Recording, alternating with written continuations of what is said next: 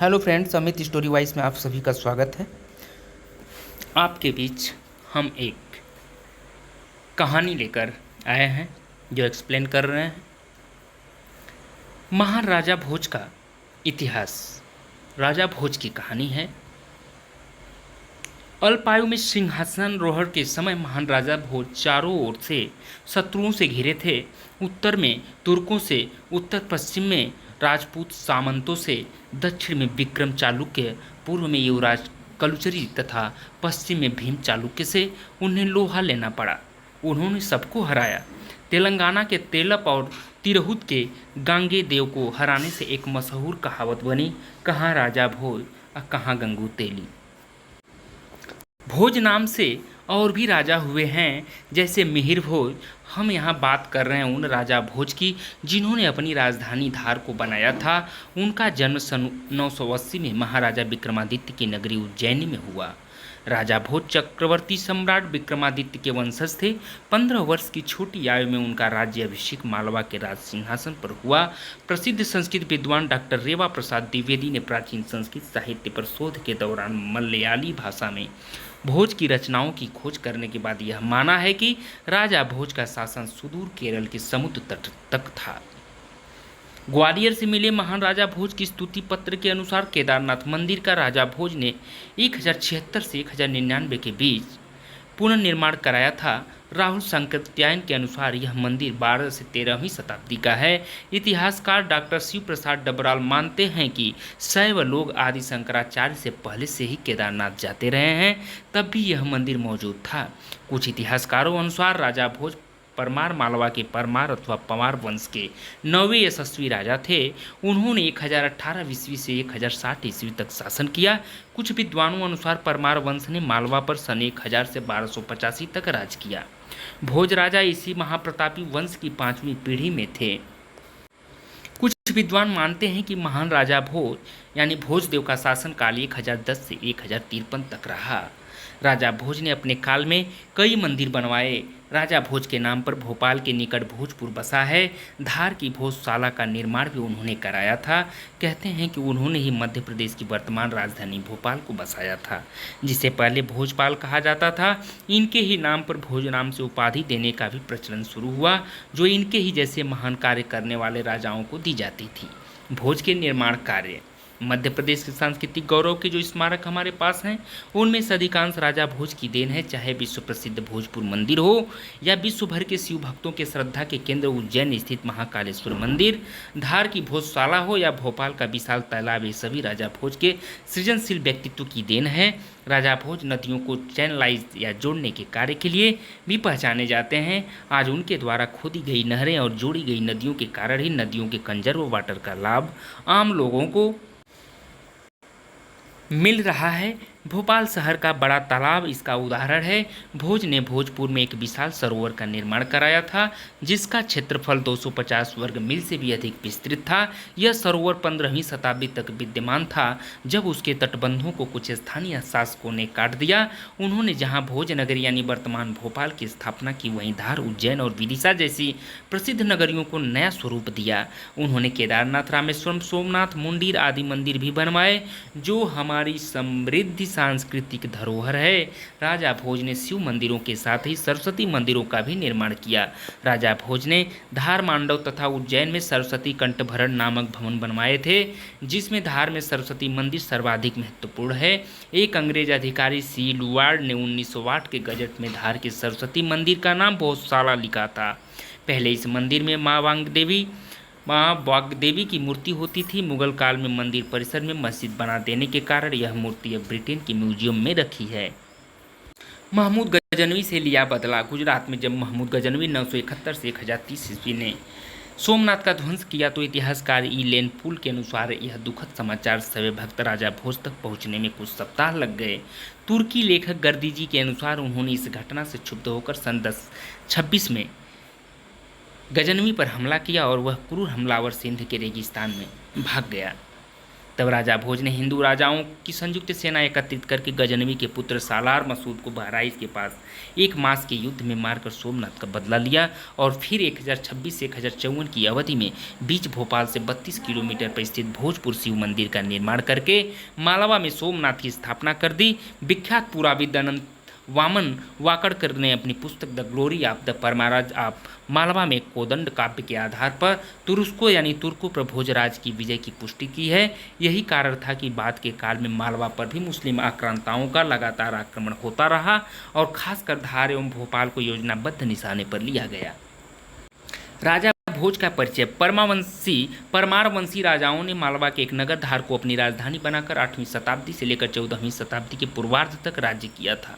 उनके ही वंश में हुए परमार वंश के सबसे महान अधिपति महाराजा भोज ने धार में 1000 ईस्वी से 1055 ईस्वी तक शासन किया। महाराजा भोज से संबंधित 1010 से 1055 ईस्वी तक के कई ताम्रपत्र, शिलालेख और मूर्ति लेख प्राप्त होते हैं। भोज के साम्राज्य के अंतर्गत मालवा, कोंकण, खानदेश, भिलसा, डूंगरपुर, बांसवाड़ा, चित्तौड़ एवं गोदावरी घाटी का कुछ भाग शामिल था। उन्होंने उज्जैन की जगह अपनी नई राजधानी धार को बनाया। राजा भोज को उनके कार्यों के कारण उन्हें नवशाहसाक अर्थात नव विक्रमादित्य भी कहा जाता था। महाराजा भोज इतिहास प्रसिद्ध मुंजराज के भतीजे व सिंधुराज के पुत्र थे। उनकी पत्नी का नाम लीलावती था। ग्रंथ रचना क्या है?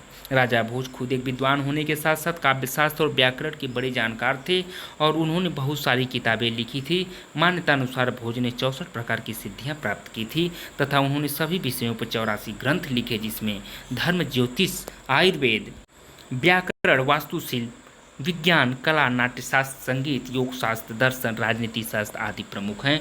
उन्होंने समरांगण, सूत्रधार, सरस्वती, कंठाभरण, सिद्धांत संग्रह, राजकारतर्ड, योग सूत्र वृत्ति, विद्या विनोद, युक्ति कल्पतरु, चारु चर्चा, आदित्य प्रताप सिद्धांत, आयुर्वेद सर्वस्व, श्रृंगार प्रकाश, प्राकृत व्याकरण, कूर्म शतक, श्रृंगार मंजरी, भोज चंपू, कृत्य कल्पतरु, तत्व प्रकाश, शब्दानुशासन, राजमिर्डाड आदि ग्रंथों की रचना की।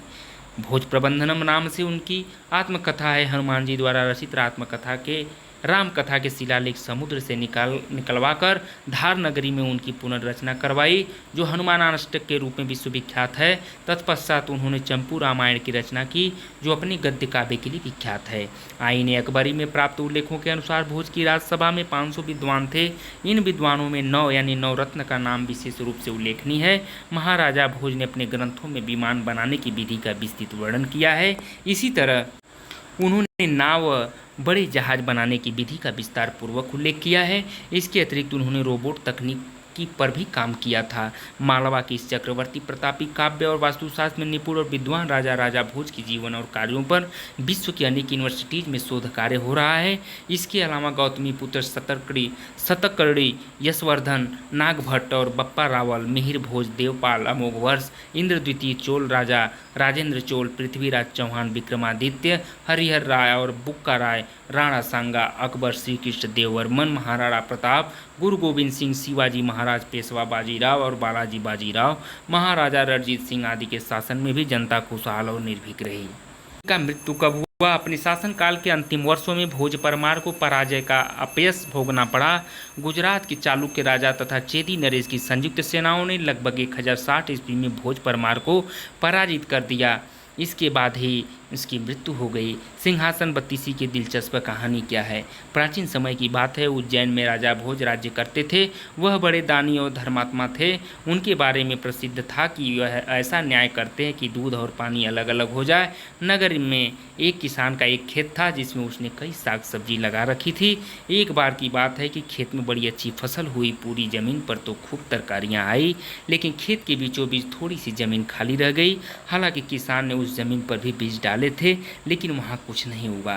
किसान ने वहाँ खेत की रखवाली के लिए एक मचान बना लिया। जब भी किसान मचान पर चढ़ता, अपने आप चिल्लाने लगता, कोई है राजा भोज को पकड़ लाओ और सजा दो, मेरा राज्य उससे ले लो, जाओ जल्दी जाओ। सारी नगरी में यह बात आग की तरफ फैल गई और राजा भोज के कानों में पहुंची। राजा ने कहा, मुझे उस खेत पर ले चलो, मैं सारी बातें अपनी आंखों से देखना और कानों से सुनना चाहता हूं। राजा भोज जब उस जगह पहुंचे तो उन्होंने भी वही देखा कि किसान मचान पर खड़ा है और कह रहा है, राजा भोज को फौरन पकड़ लाओ और मेरा राज्य उससे ले लो। यह सुनकर राजा चिंतित हो गए। चुपचाप महल में लौट आया। उन्हें रात भर नींद नहीं आई। सवेरा होते ही उन्होंने राज्य के ज्योतिषियों और जानकार पंडितों को इकट्ठा किया। उन्होंने अपनी गोपनीय विद्या से पता लगाया कि उस मचान के नीचे कुछ छिपा है। राजा ने उसी समय आज्ञा दी कि उस जगह को खुदवाया जाए। खोदते खोदते जब काफी मिट्टी निकल गई तो अचानक एक सिंहासन प्रकट हुआ। सिंहासन के चारों ओर 8-8 पुतलियां यानी कुल 32 पुतलियां खड़ी थी। सबके अचरज का ठिकाना न रहा। राजा को खबर मिली तो सिंहासन को बाहर निकालने को कहा, लेकिन कई मजदूरों के जोर लगाने पर भी वह सिंहासन टस से मस न हुआ। तब एक पंडित ने कहा कि यह सिंहासन देवताओं का बनाया हुआ है, अपनी जगह से तब तक नहीं हटेगा जब तक कि राजा स्वयं इसकी पूजा अर्चना न करे। राजा ने ऐसा ही किया। पूजा अर्चना करते ही सिंहासन ऐसे ऊपर उठाया मानो फूल का हो। राजा बड़े खुश हुए। सिंहासन में कई तरह के रत्न जड़े थे जिनकी चमक अनूठी थी। सिंहासन के चारों ओर 32 पुतलियां बनी थी। उनके हाथ में कमल का एक एक फूल था। राजा ने हुक्म दिया कि खजाने से रुपया लेकर सिंहासन दुरुस्त करवाएं। सिंहासन सुंदर होने में 5 महीने लगे। अब सिंहासन दमक उठा था। जो भी देखता देखता ही रह जाता। पुतलियां ऐसी लगती मानो अभी बोल उठेंगी। राजा ने पंडितों को बुलाया और कहा, आप लोग कोई अच्छा मुहूर्त निकालें, उस दिन मैं इस सिंहासन पर बैठूंगा। दिन तय किया गया। दूर दूर तक लोगों को निमंत्रण भेजे गए।